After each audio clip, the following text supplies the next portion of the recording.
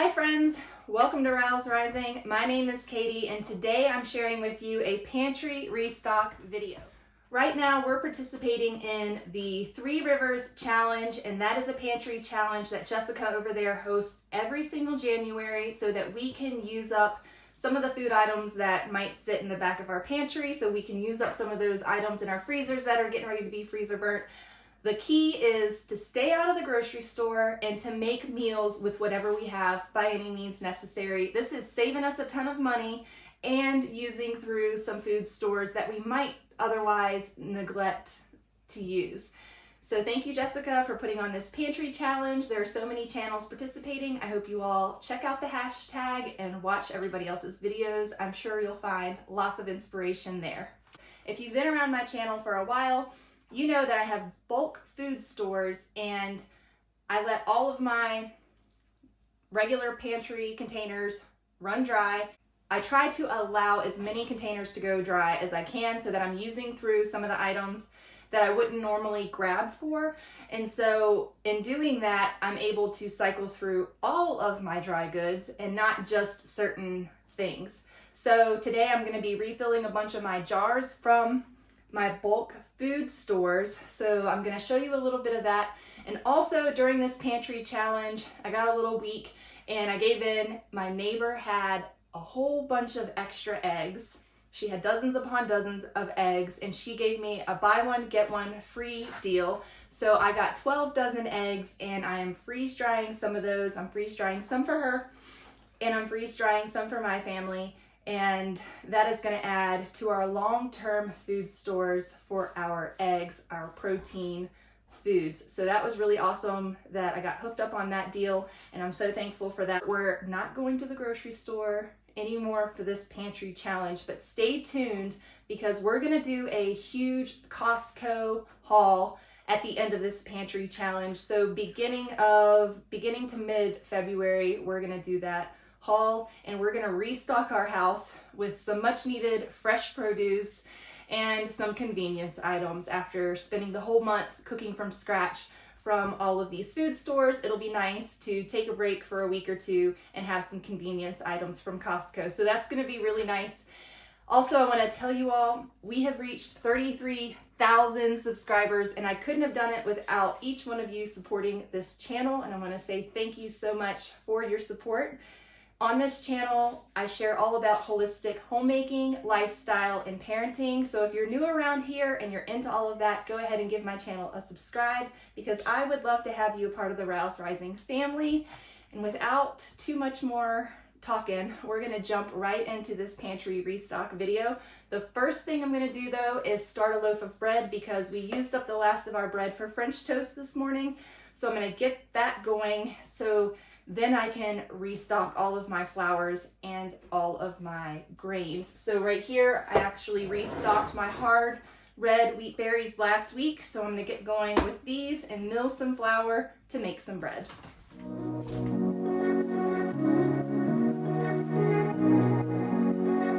I always make a fresh loaf of bread, probably 3 times a week. And I'm gonna tell you how I do that real quick. I'm gonna start out with 1 2/3 cup of water. We're gonna do 2 teaspoons of Redmond's real salt. You can get 15% off, link down below in my video's description with code ROWESRISING. We're gonna do 4 tablespoons. We got 4 tablespoons of sugar. You can use maple syrup or honey. 4 tablespoons of fat, and because I'm running low on olive oil, we're just gonna use coconut oil for this.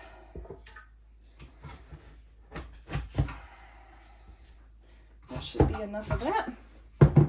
I'll either do rolled oats or I also like to put this 9-grain mix in there, and I just do 1 heaping handful of that.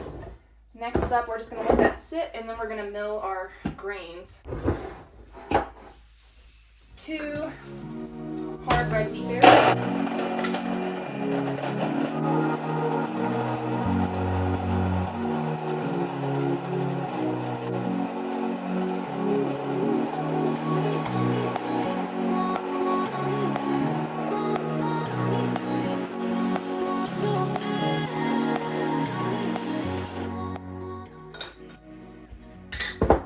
All right, and I either alternate with all-purpose flour, which makes the best, but I also have some bread flour here. So I'm gonna do 1 cup of as your standard bread flour, and then 1 cup of fresh milled. The bread flour has some extra gluten to it, and I don't typically add gluten to my fresh milled wheat. Although I should, it would help to make a better bread.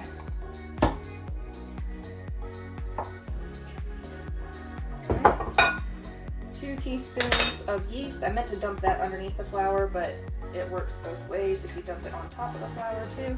And then this is gonna go in my bread machine for a quick loaf. It's gonna take 2 hours and 15 minutes. All right, and I keep my bread machine in a separate area, not in my kitchen. I have my appliances kind of scattered in my extra pantry. So I just have it on quick loaf, medium, and I hit start twice. In 2 hours and 18 minutes, we'll have fresh bread. This video is sponsored by Funmilly, and Funmilly makes a variety of treadmill styles to suit your at-home workout needs. I really like this Funmilly treadmill because it folds up to be stored out of the way, and then I can just hop on it, and in this nasty inclement weather outside, I'm able to get my steps in on this treadmill.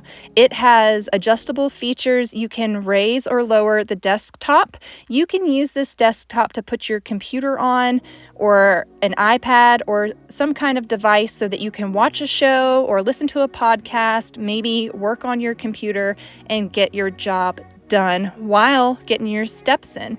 I like this treadmill because it has a safety clip on it. So if I want to go really fast or start running, and let's say I get tripped up and fall off the treadmill, that safety clip is going to turn the treadmill off instantly so that we don't have any accident. This treadmill can be used for walking or running or jogging, as I'm demonstrating here. I'm so thankful to have this in my home now that we have 2 feet of snow on the ground and I can't get out for my daily walk. It also has this child-proof lock, which is great if you have little ones running around. We don't want them getting hurt, so you can keep this machine in lock mode so that there are no accidents. You can check out this Funmilly treadmill linked down below in my video's description.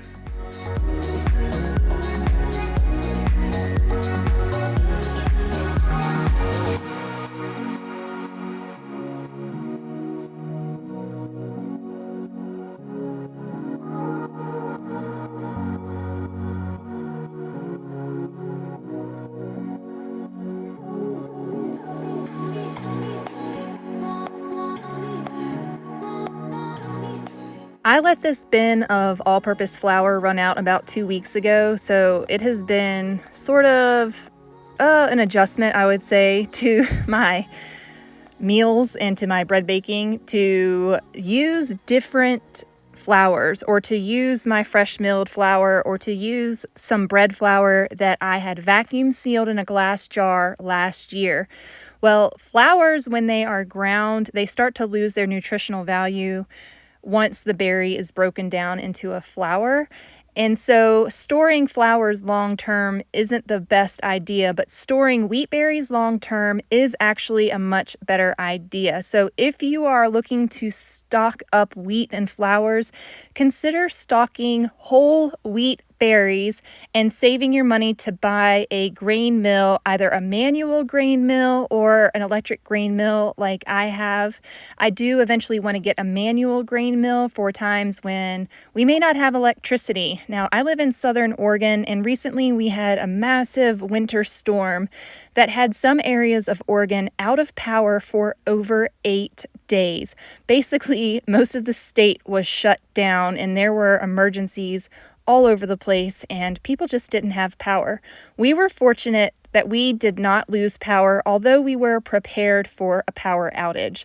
I had water set aside for the toilets, I had water set aside for drinking, and every time there's a winter storm warning, I make sure I prep food and I prep our house in a way that we can get by for a few days at least, if not more, without power. So things to keep in mind: do you have propane? Do you have a grill? Do you have a means to heat food, to cook? when the power goes out. We do have a camp stove and we do have some propane. So for us during the winter storm, we would have been able to cook out in our garage with some ventilation, and that would have done or served us well, the fact that we were prepared with protein and a camp grill. But many people weren't prepared for this, and many people were left stranded in their homes. They weren't able to get out because of the ice, and it was really, really treacherous. So I'm thankful that everybody that we know were safe and sound. My family that didn't have power for 8 days, they're all safe and sound now. Their power is back on. So we are so thankful and so blessed that we got through this winter storm without too many hiccups. So back to the flour situation. So as I was explaining earlier, and I've explained this in other pantry restocking videos, is that I let everything dwindle down and I pretend like it doesn't exist. I pretend like I don't have back stock of flour or of oatmeal or whatever, so that I'm forced to use other grains and other dry goods in my home so that I cycle through those lesser used items.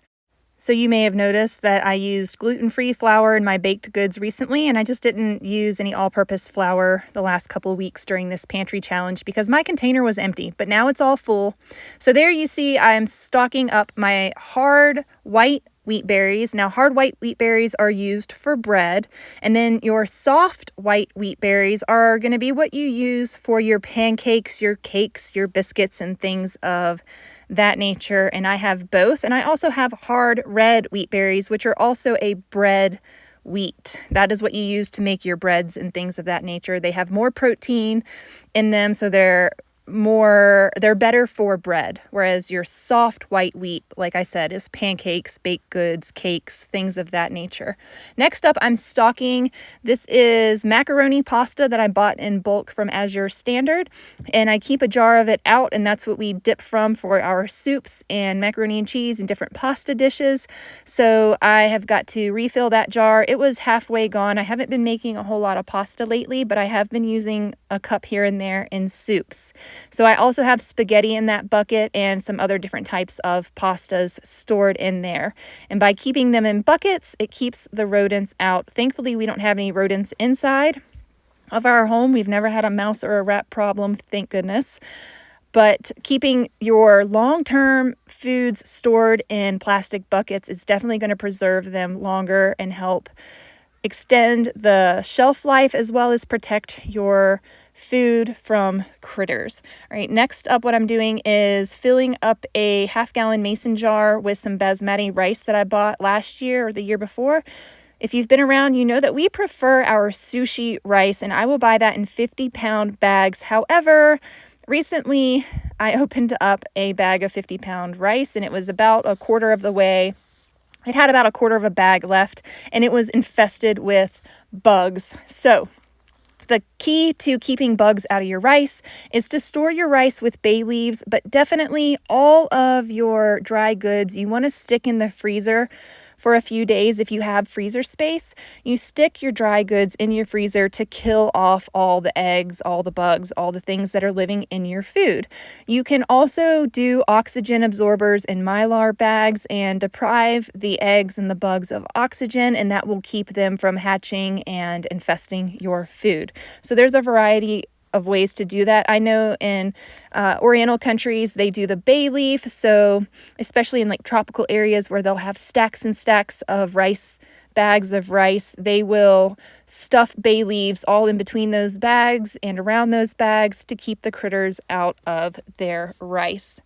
I also stocked some Thompson oiled raisins from Azure. We like those because they do not stick together, whereas the unoiled raisins do become very sticky, and that's tough for little hands to eat and to snack on. Then we restocked our Redmond's real salt, and I have a large bucket, and then I have a 2-gallon bucket, so then I have a mason jar. So I stock my mason jar from my 2-gallon bucket, and when my 2-gallon bucket is empty, I go over to my 5-gallon bucket that has my 25-pound bag of salt in it, and I restock my 2-gallon bucket, and that just helps make my life a little bit easier in the kitchen. And then you can see right here, I'm restocking rolled oats. I scored big time because I found this 3-gallon bucket of rolled oats stuffed way back in my pantry. It was the leftover from my last 50-pound bag that went between 2 buckets, and the 50-pound bag didn't fit in both buckets, the 5-gallon bucket, so I poured the rest into a smaller bucket and forgot about it. And then through this pantry challenge, I was able to find that last bucket of rolled oats. So now we have rolled oats for the kids for the rest of this pantry challenge, and I can use the quick oats to make their energy balls and things of that nature. So we love rolled oats for our oatmeal. We just like the texture a lot more. I may get a few comments about this, but I'm going to restock my organic cane sugar. And I know a lot of people say, oh, will I use honey or will I use maple syrup? Yeah, we did too when my husband had a job and we had an income and when we had money and we could afford to have maple syrup and we could afford to have lots of honey, but we can't. So we can afford to have our organic cane sugar right now that I bought in bulk last year. And that's what we're going to be using right now. We do have a little bit of maple syrup and we do have a gallon of honey. I'm just using those sparingly because of the financial situation we're in currently. Now that I have all of my empty jars restocked, this isn't all of the items in the pantry that we use. There's definitely more jars of food on the pantry shelves that we have not gone through, but as far as grains go, these are all the grains that I needed to restock.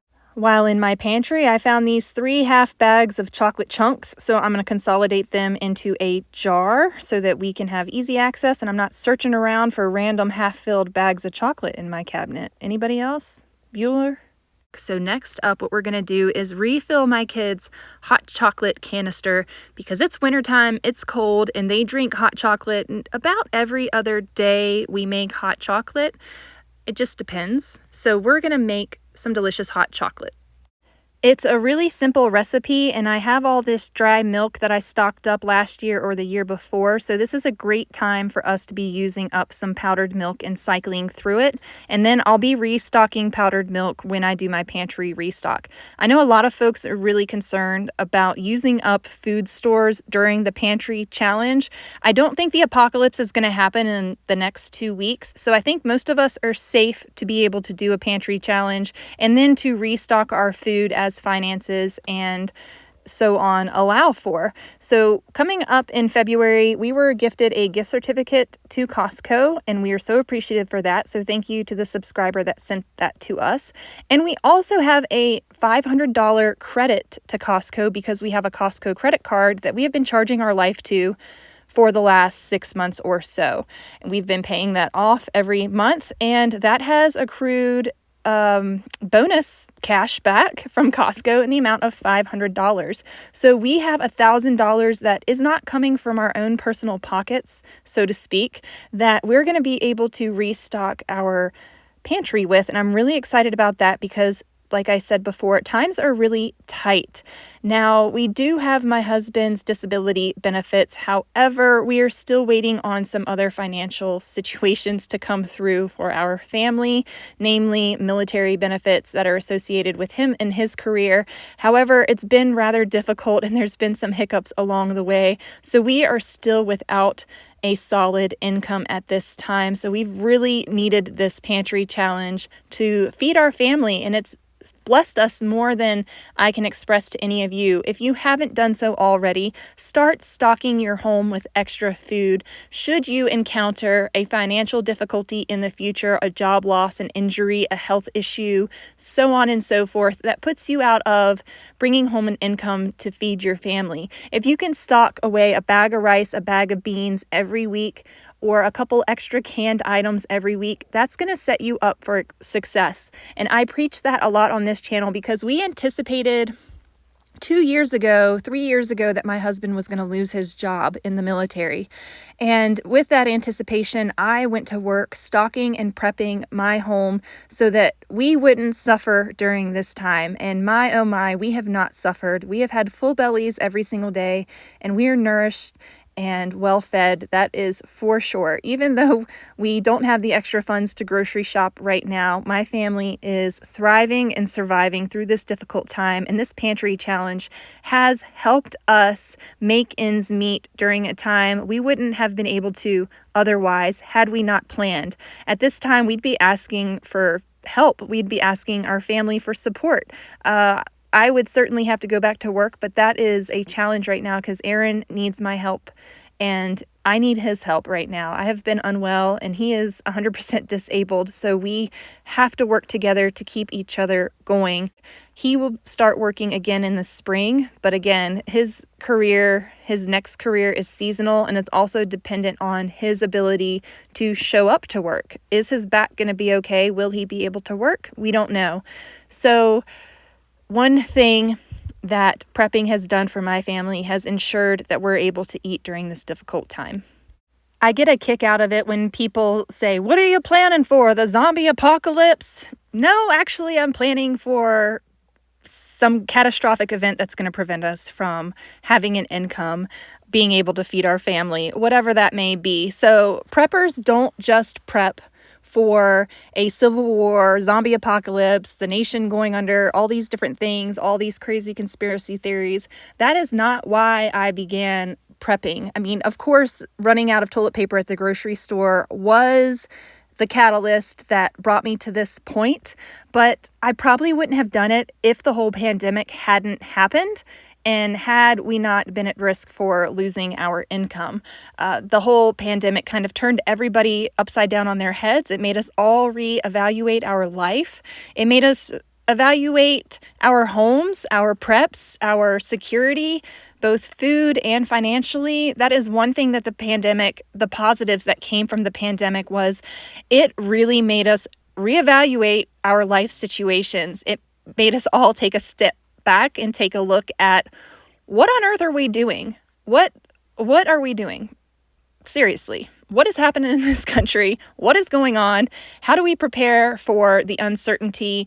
And I think a lot of us took the steps to prepare for the uncertain future. Kudos to you if that was you. If you still think preppers are prepping for the zombie apocalypse, please take a step back and take a look at your life and the possibilities that might happen in your future. Can you predict the future? No, we cannot. Is there going to be an illness or a job loss in the future? Can you predict that? No, you cannot. But you can prepare for it, and you can make sure that you have food security and that you have financial security one step at a time, one foot in front of the other. Keep rising, you all. You got this. The last thing I always do is wipe off my jars before I put them back on the shelf. And I do this because if you have a working kitchen and you're running around your kitchen cooking for a bunch of people, then you know you don't always wipe your hands when you go from the sink to grab a jar or whatever. And I end up with like smears and smudges all over my jars. They also collect dust. But man, I am a messy cook. I don't always wipe my hands between tasks, or if I have something cooking on the stove and I have to run over to my pantry and grab something and I have ick on my hands, it just gets on the jars naturally. So make sure you are cleaning your pantries when you do your restocks and that you are checking to make sure there's no bugs or mold or anything weird going on in your food stores. Make sure you're keeping all your food in a cool, dry, dark location. And I keep my main stuff, my pretty things, my pretty jars, I keep on this shelf. And I just really like having an open shelf with all my jars to see all my ingredients. And then in the two side pantry cabinets, I keep all the things hidden, extra clear, empty jars, extra food and packages, just things that aren't as aesthetically pleasing. Those get hidden in the cupboards on the sides.